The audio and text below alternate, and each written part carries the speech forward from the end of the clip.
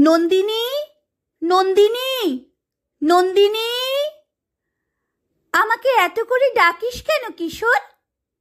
আমি কি শুনতে পাই নে? শুনতে পাস জানি, কিন্তু আমার যে ডাকতে ভালো লাগে। আর ফুল চাই তোমার?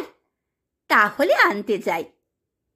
যা যা, এখুনি কাজে ফিরে যা, দেরি করিস নে। সমস্ত দিন তো কেবল সোনার তাল খুঁড়ে আনি, তার মধ্যে একটু সময় চুরি করে তোর জন্য ফুল খুঁজে আনতে পারলে বেঁচে যাই। ওরে কিশোর, জানতে পারলে যে ওরা শাস্তি দেবে। তুমি যে বলেছিলে রক্তকরবী তোমার চাই চাই। আমার আনন্দ এই যে রক্তকরবী এখানে সহজে মেলে না। অনেক খুঁজে পেতে এক জায়গায় এখানকার জঙ্গলের পিছনে একটি মাত্র গাছ পেয়েছি। আমাকে দেখিয়ে দে, আমি নিজে গিয়ে ফুল তুলে আনব। অমন কথা বলো না নন্দিনী, নিষ্ঠুর হয়েও না। ওই গাছটি থাক আমার একটি মাত্র গোপন কথার মতো।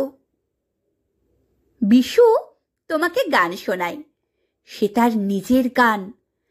এখন থেকে তোমাকে আমি ফুল জোগাবো, এ আমারই নিজের ফুল। কিন্তু এখানকার জানোয়াররা তোকে শাস্তি দেবে।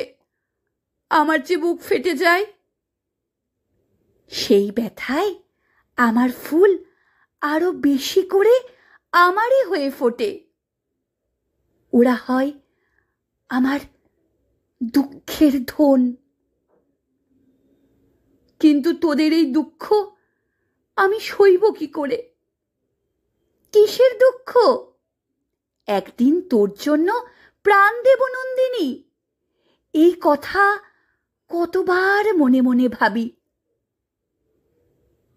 তুই তো আমাকে এত দিলি, তোকে আমি কি ফিরিয়ে দেব বলতো কিশোর? এই সত্যটি কর নন্দিনী, আমার হাত থেকেই রোজ সকালে ফুল নিবি। আচ্ছা, তাই সই, কিন্তু তুই একটু সামলে চলিস। না, আমি সামলে চলবো না, চলবো না। ওদের মারের মুখের ওপর দিয়েই রোজ তোমাকে ফুল এনে দেব।